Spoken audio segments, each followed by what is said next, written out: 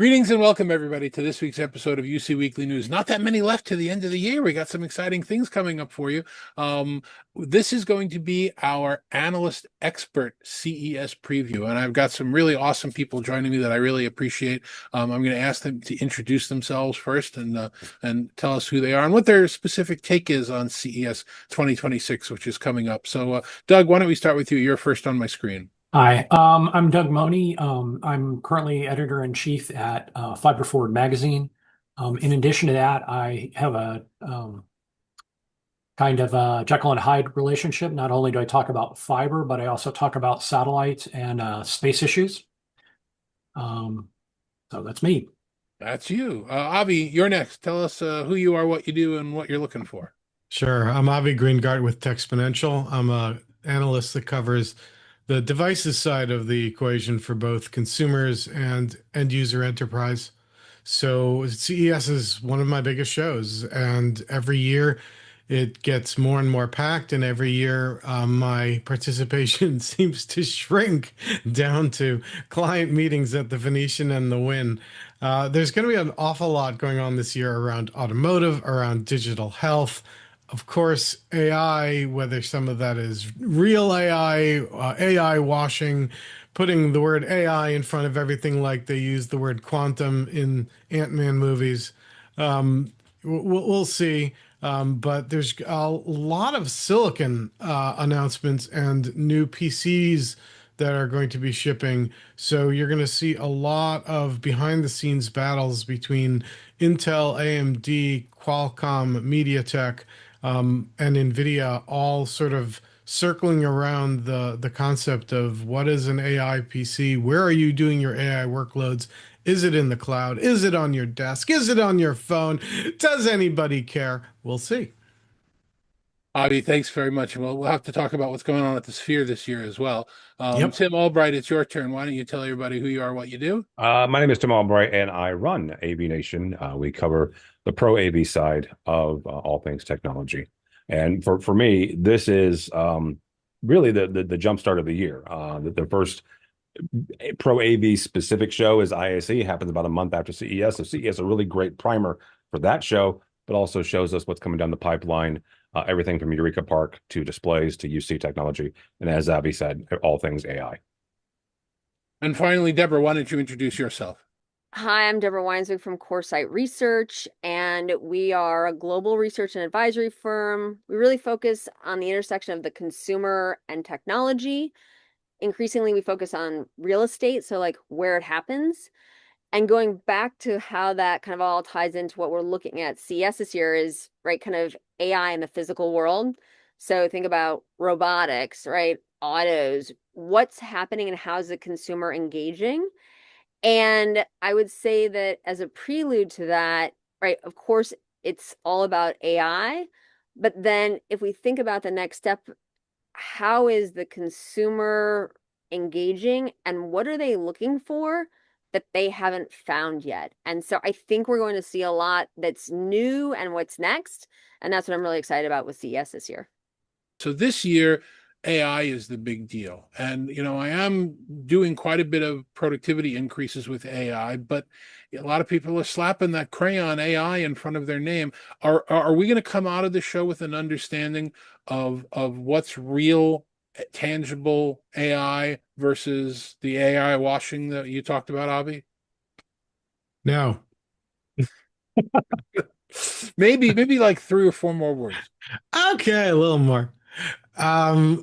Look, we're still trying to figure out what people actually want to do with AI, what it can do, where it's happening, and whether there's a business model at the end of this rainbow.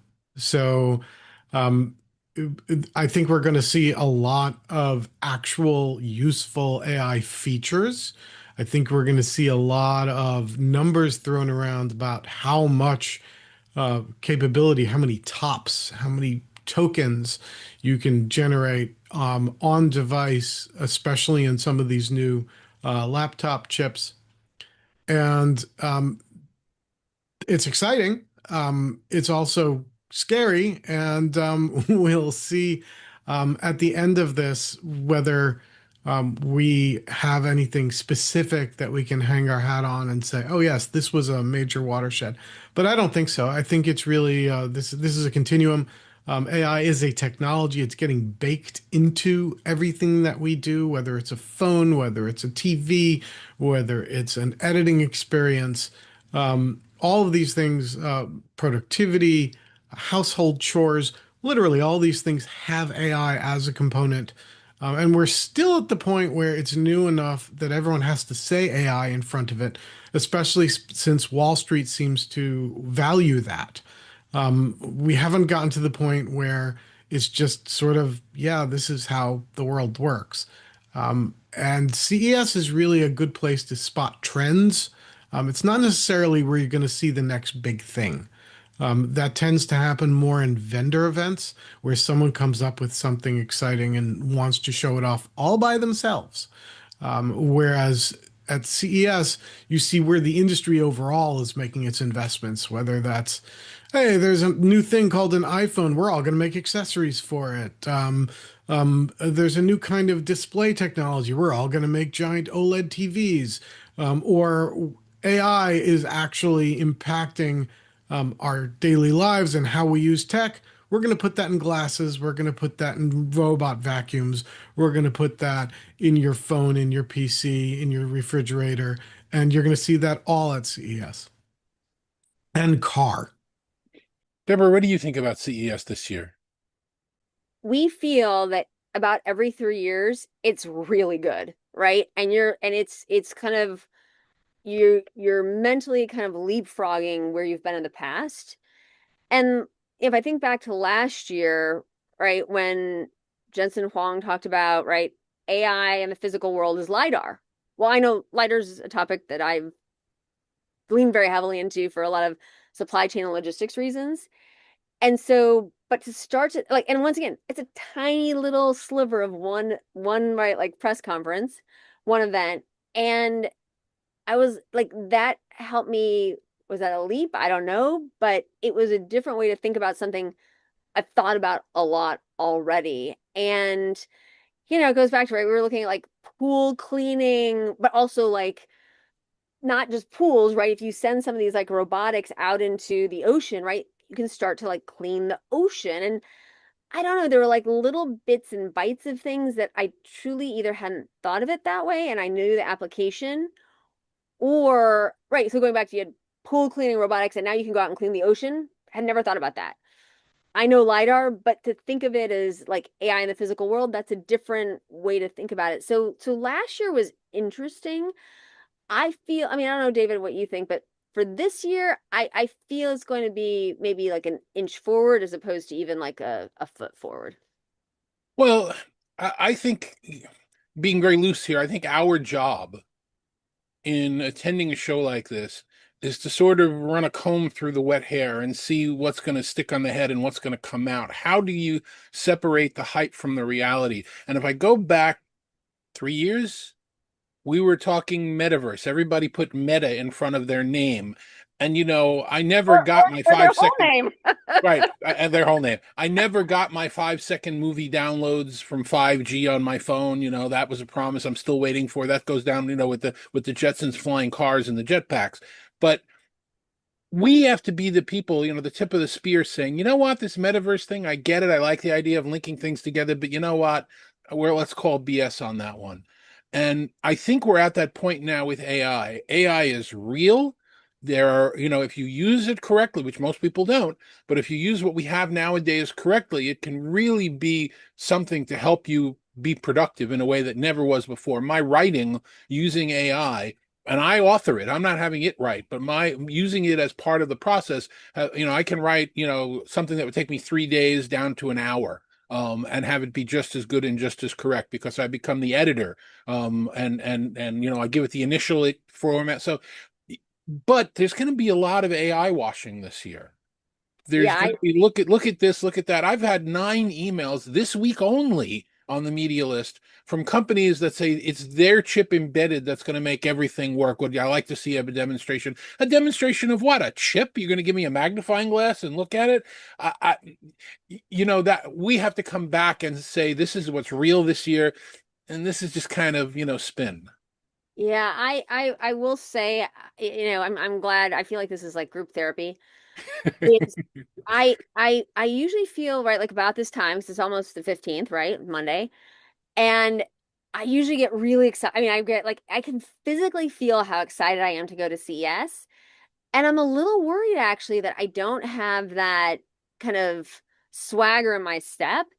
And I think it goes back to David, all this pollution into my inbox is really what it is. And I'm not like, oh, that's like, because sometimes like there were even like, pizza making machines or bread making machines, right? Like I remember those. And I was like, that's kind of cool. I want to go see what that's like. Or, different kinds of this, that, or the other. And I will say this year, I'm kind of like, tell me something I haven't heard of before.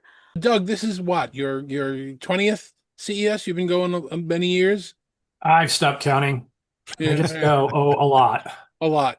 What do you see as differences this year versus what you've seen in past years? You've obviously been getting the same emails as the rest of us. A lot more embedded technology people are writing, come see our chip. I mean, what am I going to see in your chip? I'm going to take a magnifying glass out and look at your chip. Wonderful. But, that's one thing that I'm noticing. Are you noticing anything from the information that's coming to you? Well, I think that maybe Tim alluded to this as well. This is no longer the Consumer Technology Association event. This is more like the technology event. Enterprise is coming, or is coming. I've seen a lot of stuff in my inbox about enterprise AI. And there's also the applications of, I forget physical AI, where we're Where to see basically, robots. yeah, exactly. Well, robots, tractors, heavy, if you had told me 5 years ago that CES would be the place where you'd see heavy machinery, I would have said, what? And now it's like we're going to have Caterpillar, doing a keynote or doing a major media event. John Deere's been there for a couple of years. John Deere has come and gone. They're basically, yeah, we're at the show, whatever. You name it in terms of Daewoo Bobcat is their hype is going to be AI and the Bobcat. So a lot of stuff going on there. In terms of, I think you'll hear the physical AI buzzword to separate it from some of the more cloudy type of applications that we're seeing now. So that's going to be interesting to watch. I think the other trend I think is got me kind of scratching my head is Palmer Luckey is going to give a keynote at CES, and it's like we're having a defense contractor give a keynote at CES. I want to say what is wrong with this picture, but there's definitely been a mission creep or mission stretch from CES for any number of years, and I don't know if we've stretched it to the point where it's going to snap or it'll be business as usual. Yeah, I've talked about how, and this goes back like 10 years, and I haven't hidden this from anybody at CES, CTA. They understand my opinion that we've taken this from a products show, a solutions show, to a concepts show. You get some of the larger organizations building booths that deserve to be buildings with kitchens and bathrooms in them, and going all the way to the top of the ceiling of the conference center. And you ask them what they're saying, and there's no answer. They're just there to be there. There's nothing to buy. There's nothing. Oh, it's the future. We're showing the future. Well, what? Here's my credit card. What am I buying? So I would like to see more actual solutions than concepts. And in fact, I've told the CTA I'd like to see that separated into two different shows. Maybe, extend it for 2 or 3 days and do one half one and the other half. I mean, a lot of it's not practical because of how big it is, but there are way too many concepts there to be worth our time. I don't need to sit down and listen to how Ford sees the future when there's nothing to see. So that's just my opinion anyway. Well, David, you could make some of those same complaints 10, 15 years ago when Bill Gates always did a press conference that just talked about the future.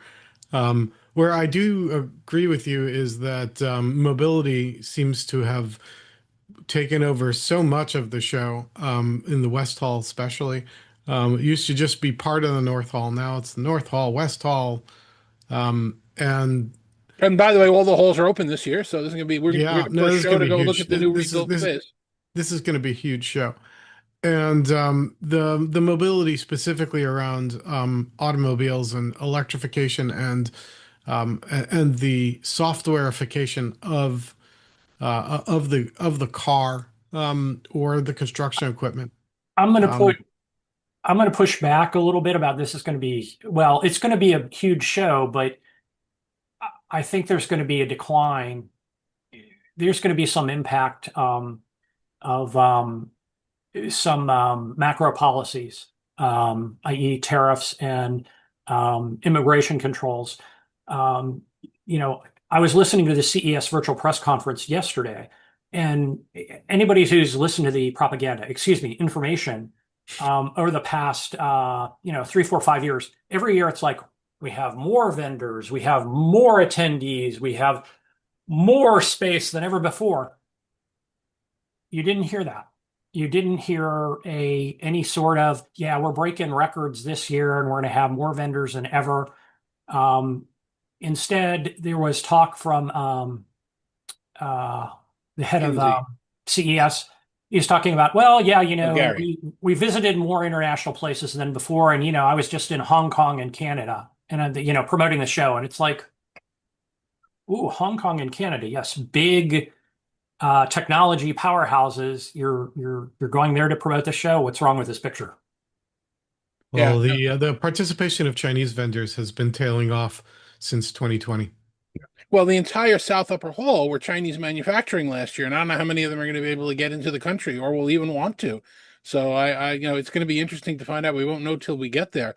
And I did love the absolutely impromptu press conference that I attended as well with people that need instruction on how to read a teleprompter. Tim, as long as we're talking about enterprise a little bit there, I've been leading the charge for more than 3 decades of getting people interested, saying that this is not a consumer electronics show. In fact, it's not even called that anymore. Yeah. You just use CES because it's familiar. This is a technology show. And this year, I think for the first time, we're going to have, your colleagues, my colleagues, people that cover, AV and enterprise. We're going to have a good contingent there this year, which we've never really had before. Not in any real way. No, I mean, it took you, good Lord, 10 years to convince me to go the first time. Right. And once I went, I was like, okay, this makes a whole lot of sense. There's a whole lot of enterprise going on. There's a whole lot of pro AV and again, precursors to the rest of the year. Whether that is, LG and displays, Sony certainly always has a pretty significant booth. 2 years ago, Sony was not only showing off PlayStations and stuff like that, but they were also showing off their virtual production. That was when they were really starting to hone in on that. So they were showing that at CES, where in the past they may have held off on that for NAB or IBC over in Amsterdam.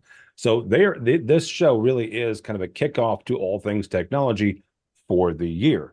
And both Avi and Doug are right that this is, kind of not conceptual, but a little bit more philosophical, right? And I know you were like, what's the future? Well, a little bit of this is sort of the future in a short-term way. They're not giving you 5 years. They're not giving you 10 years. Good God, no. 18 to 24 months. If that 12 months, I think is safe. And that's what these folks are laying out there. Here's the next 12 months, maybe 18, because between the adoption and the acceleration of AI, plus we don't know exactly what, let's say, the policies are going to impact, at least from a manufacturing standpoint, what that's going to impact in 2 years. We might know 12 months, we might know 18. We're not going to know 2 years out. It's an interesting life story that I was with my family at, I think it was a CVS. I don't even remember the first time that disposable cameras came out. And they're not even on the market anymore because everybody uses their phone. But everybody looked at that and said, "Wow, do you believe that? I can't imagine that they came out with that." And to me, it was nothing because I'd seen it at the last CES and I already realized that it was coming. So we get that kind of look ahead as to what's happening in an ideal world when there aren't, BMW with booths that go to the stratosphere and all the rest of that. I think, and we've talked about this before, the a lot of the good stuff happens off the show. Avi, you were talking about that before, and everybody else kind of got into it. The I don't really go for the keynotes. I don't really go for the biggest stories because honestly, I can open up the newspaper or read a website the following day. That's what everybody's covering. I can usually get a stream of that. Last year, I finally decided to stop going to the LG press conference at 8 o'clock in the morning because I had to line up at 7 o'clock in the morning because they wouldn't give me a VIP pass. And it's like it's streamed. Why don't I just watch it from my hotel room having a cup of coffee? But it's the PepCom, it's the showstoppers, it's the 3 or 4 other private events that are going on where everybody's just got a tabletop and you can go in there and have a real conversation with the manufacturer. Tim, as you talk about all the time, it's Eureka Park. Yep, It's walking 100%. around Eureka My Park favorite and place. so tell us about it. Why is it your favorite place? Well, like I said, it took you a long time to convince me to go, and when I went, I did the whole things right. I went to the big space. I went to the LVC and the Central Hall and North, and when I finally made my way around to the Venetian, I found my way into Eureka Park, and I was floored just by the sheer volume of creativity in that space. And certainly it has evolved over the last 20 or 30 years, but really when it comes down to it, you have an entire show floor of really, really creative folks that are taking a look at all sorts of problems and offering a solution. That solution may not always work, and that's fine, but they're trying, right? This to me, it felt a little bit like being in Palo Alto in 1950 to 1960s, right? I was not born yet, so I am not old enough to have been there. But it felt like I was in that sort of same vein. And that is why Eureka Park is my favorite area. Well, and I'll add on to that the international flavor to it, where you get to see people side by side. I do find it amusing the French don't have the French section, and then you have the individual provinces, which is kind of like, come on, guys. But I mean, being able to look at the various international presentations and not only that, well, international companies, but also getting a flavor for what a particular country does within their borders is very useful and sometimes very beautiful too. I find that, and it depends on the year, that the more time I can spend in like Eureka Park, the more that I walk away, and sometimes it's head scratching, right? But I'm like, wow, my time there is almost always the best time spent, or who I might meet while I'm walking through. And either, right, it's another attendee or it's somebody who's exhibiting and they're like, well, this is like my day job, but this is what I do, right? Like, and I just feel like there's a willingness to share. And so I do find that that's oftentimes, and I'll set up these days more and more, I'll like set up kind of, I'll do like Switzerland and, I'm not being neutral. I will actually go right as a, as a country. Yeah, and the like, pavilions. yes, We get you. We get you. yes, exactly. But it is interesting to see where you get value. I think that's ultimately the message to everyone is, right, we are all on our own journey. And right, you may have this perfectly calculated out plan for when you arrive, and you may completely throw that to the wind, right, once you find a topic that maybe you weren't thinking about covering before. Yeah, it was about 15 or 20 years ago when I hit the sad reality that I can't see CES. It's impossible for any one individual. It's the parable of the blind man and the elephant. You're only going to see a piece of it. You're not going to see all of it. So you either have to go with a very large group and compare notes, or you have to be satisfied with what it is that you've set up for yourself to get out of it. I find the independent things like as we said, PepCom or Showstoppers, or there are a couple other new ones that are starting out this year, and a couple, when nobody can build a booth the size of a building, when everybody's got the same tabletop and it's less people, and you can communicate and get answers, and in some cases get demos, get hands-on, get samples. That I think is some of the most valuable time spent there. And you get some of that at Eureka Park. Eureka Park's difficult to walk through, for a Yeah. big guy. It's hard to kind of get down the aisle, especially if there's people waiting. But I've still yet to set up appointments. I'm sure that I'm going to be bombarded over the next 2 weeks, with the holidays, with people asking for appointments, We and I will make a few of them.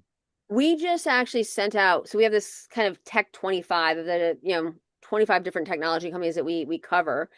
And we just I will, and I'll share this with you kind of after the show, if you will. But it was interesting to see who's doing things at CES who hasn't before, and then who's not doing things. And so, like I said, I'll share that with you. But that to me was a really, and that's why we sent out well, it's not the same email, but a version of this email every year to these 25 companies, because you just don't know what they're doing, if they're doing it, and is it, kind of for, is it in a private room, or is it more kind of a public? Because going back to, if it's public and I can record it, then I don't need to be in the audience.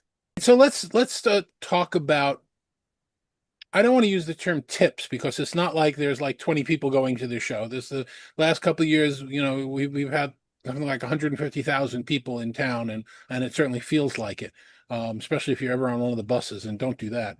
But if there's a colleague going, or a first time attendee going, Oh dear Lord. what would your number one bit of advice be, and kind of fill people in? Okay. So my number one tip for attendees, if this is your first show, is really plan out what days you're going to be at what location, and don't change that plan, only because we've all done that, right? Like, I'm going to be at LVCC. Oh, no, maybe I'm going to be at Venetian. And then you try to do both. And then you do kind of both not so well. And so now you're tired and you're annoyed, which is not a great way to be. So I think choose it, keep it, and also, as a kind of 1B, reach out to people before, right? Like, use these next, kind of few weeks to really plan a great CES, because everyone right now does have time to meet with you, but as we get closer and closer to the show, they won't. And so I think it's really like plan, and then plan some more, and don't change your plan once you get on the ground.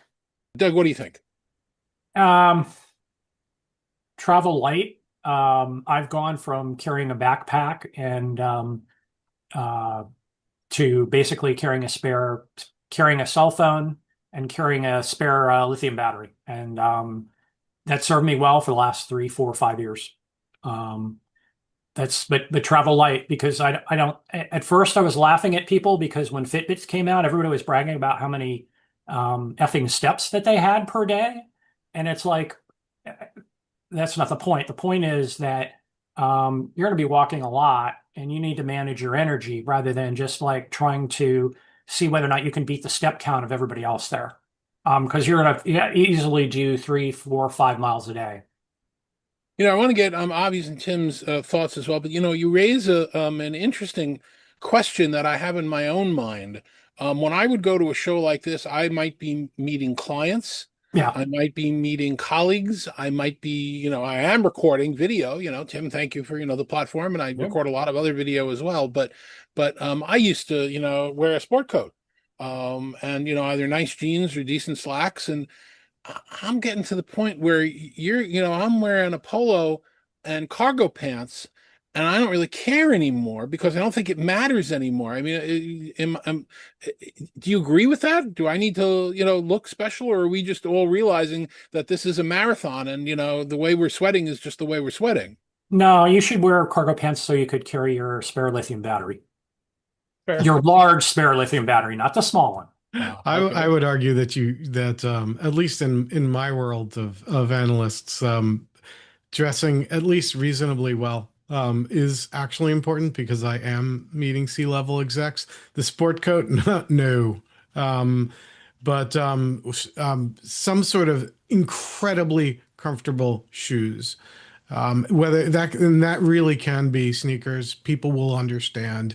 And this goes double for people who typically wear heels. Don't. Please don't. I beg of you. I had some analysts who used to report to me who I told them this, and they listened. These are my most comfortable heels, and they were at the CVS in line for Band-Aids within the first day, I think. It is you're on your feet the entire day. Even when you're not on your feet, you're on your feet. You can mitigate that a little bit by cutting through booths. They don't like it, but hey, those are carpeted. Um, and you can absolutely agree. Logistics are everything. Deborah's absolutely correct. You should consolidate all your meetings to one venue because you won't be able to get to a different venue within the day. It's just not possible. The logistics are that bad. And there are things out at the area, and there are things at the Mandalay Bay, and there are things at 5 different LVCC halls. The Venetian sounds like it's a hotel. It's not. It's a city. Like there are, yes, you can walk from the Venetian to the Wynn, but that's about it. And even walking within the Wynn, um, you can literally walk 2 miles within the Wynn. So these are the things. Hydrate. People offer bottles of water. Just take one. Drink half of it, then throw it away for weight. It is a desert. It may be the winter, but it is the desert. You are going to need water, and do your best to leave at least some downtime. My favorite hack is because I keep kosher. I bring food with me, and like a PB&J in the middle of the day is crucial. And people who don't keep kosher see me doing this, and suddenly they're like, "Why should I wait an hour in line for terrible, overpriced convention center food? That's a good idea." I'm like, it is a good idea. It's a great idea. Okay. All right, Tim, what about your hint and tip So or I am going to suggestion? disagree with you, which is very rare for me, Mr. Danto. I love cordial disagreements. It makes I people have found think. the bus system incredibly well. And I compare it to other trade shows that I go to. So let me start there. And compared to other trade shows that I go to, the CES bus system is one of the better ones that I have experienced, especially from various hotels, depending on where you're staying. Obviously, right, getting from point A, let's say like getting from the LVC to the Venetian is not impossible. It is very difficult, and you're going to burn about an hour to an hour and a half. If you have that hour and a half to burn, knock yourself out, right? But as some of the other ones have said, plan your entire day in one general vicinity, right? For me, if you want to find me, I will be at the LVC on Tuesday. I will be at the Venetian on Wednesday. Thursday for me is kind of like what did I miss, right? And what I need to catch up on and stuff like that. And that's the day that I will burn an hour if I need to go from between the various venues. But I really have like I said, I've enjoyed the bus system. I think it's fairly well. It is more regular and cheaper than trying to get a taxi or an Uber. And certainly, wear comfortable clothes, wear what you're comfortable in. I know you asked about clothing. I wear a jacket and a button down shirt, regardless of where I am. So that is what I will be wearing, but not, you wear what's comfortable and appropriate for you. I'm gonna jump on the bandwagon, literally. I agree with Tim that the buses, particularly from the Venetian to the LVCC, are the only way to do it. And in fact, you can, if you happen to rent a car, you can park at the Venetian, and then take the shuttle to any of the other halls, except the West Hall. You need to go to one of the other halls first, and then from there you take Elon Musk's tunnel thingy. It works. It's not great, but it works. Those are the ways to get around, but logistics at this show are hard. I have told PR people over and over and over again, do not plan things way off site. I'm sorry. I understand that booth space is enormously expensive. I understand that suites at the Venetian and the Wynn are enormously expensive, but those are the only places you can actually get to without dedicating an entire day to whatever it is that you're trying to do. And if you're paying people to attend, your event, great. You'll get some people who don't have other obligations. If you're not, good luck. Well, I'll offer some advice to exhibitors who apparently from all of the emails that we are all, since we're on the media list, flooded with starting now and getting worse every day, they don't seem to understand. The first one is, in the subject line of your email, tell us the name of the company and what it does. I don't want to waste your time. You don't want to waste my time. If you're selling shoes for tennis players and I'm not a tennis player, I'll know not to read your email. If I can't tell from the first subject or a couple of sentences, I'm not going to read it either. But David, what if it's an AI tennis shoe? Well, there you go. Then it's important. It's got a chip. I have to go get a demonstration. I can't believe how many companies already have asked me to have appointments to have demonstrations of embedded chips. I don't, it's like, why can't I do that now? Just anyway. I'm going to jump onto that and say that email has to have location in it. Yes. Yes. I need to know where you think you're asking me to go, because again, location is everything. Logistics are everything at this show. If I can squeeze you in between two other things because I'm in the area, I'll do it. If you're somewhere off site, I'm not. And if you don't know where it is, that's a red flag.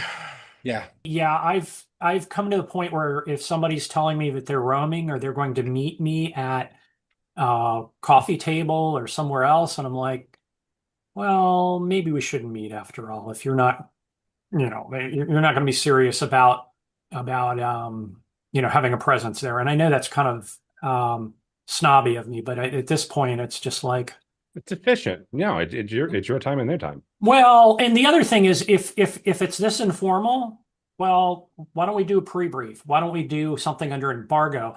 I mean, I've been beating on a couple of firms this cycle that, hey, okay, I'd love to do this. Can you brief me under embargo? And they've been like, well, no, everybody's too busy before then, but you can meet us at the show. And I'm kind of like, I prefer to meet you off the show where I am not stressed, where we are not fighting the noise crowd, where I can, cognitively answer a set of questions and not have to worry about going to my next meeting.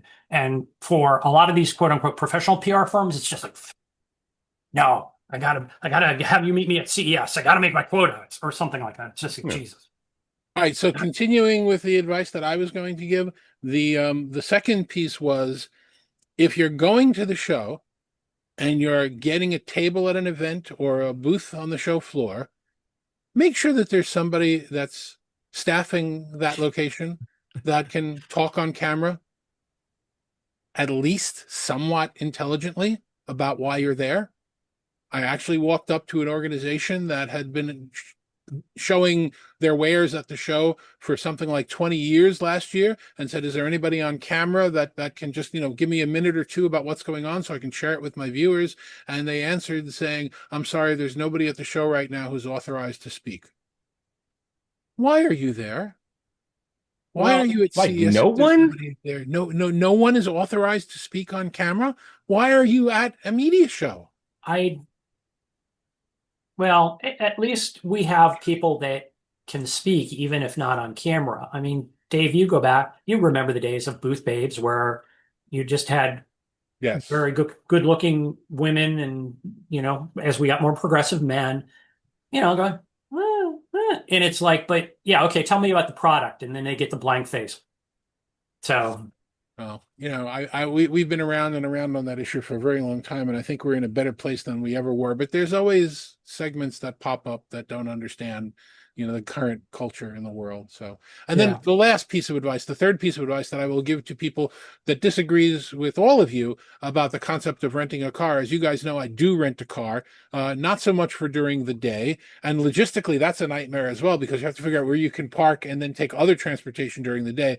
I do it for the evening events. I do it, Avi, as you know. I also, pick up food to keep in my hotel room, so I'm not eating bad breakfasts at a hotel for $60. I've done that run with you. Go, yes, you have, and you see, I'm not shy about that. But A bit of advice I've been given is that a lot of Las Vegas casinos now will offer free parking to locals, and they use a system from a company, I think it's called Metropolis, that just the only checking they're doing is they're checking the license plate. So if you're renting a car, rent a car with a Nevada license plate.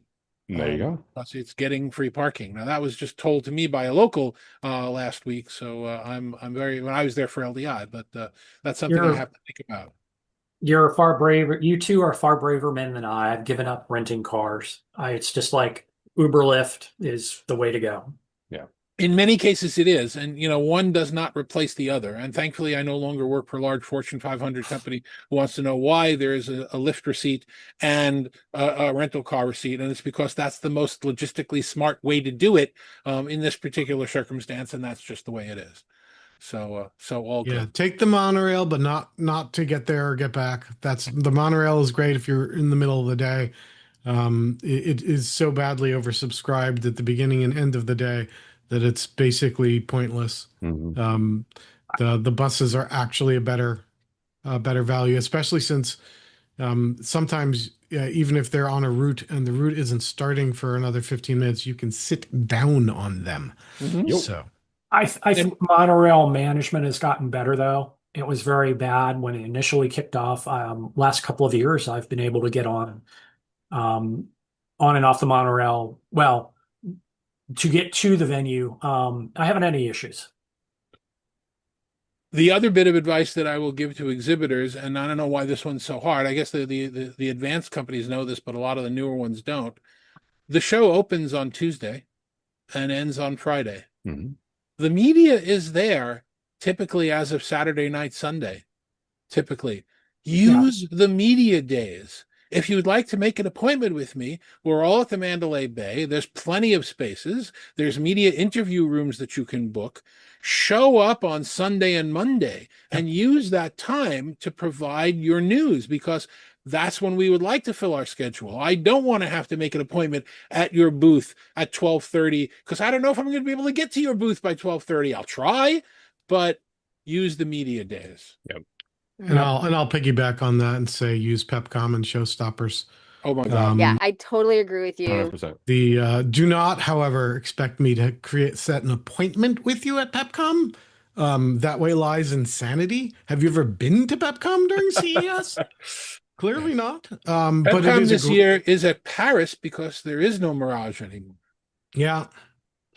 Those are really good ways of having a curated media audience to talk to, hopefully some product managers and some marketing folks who can actually talk to the media.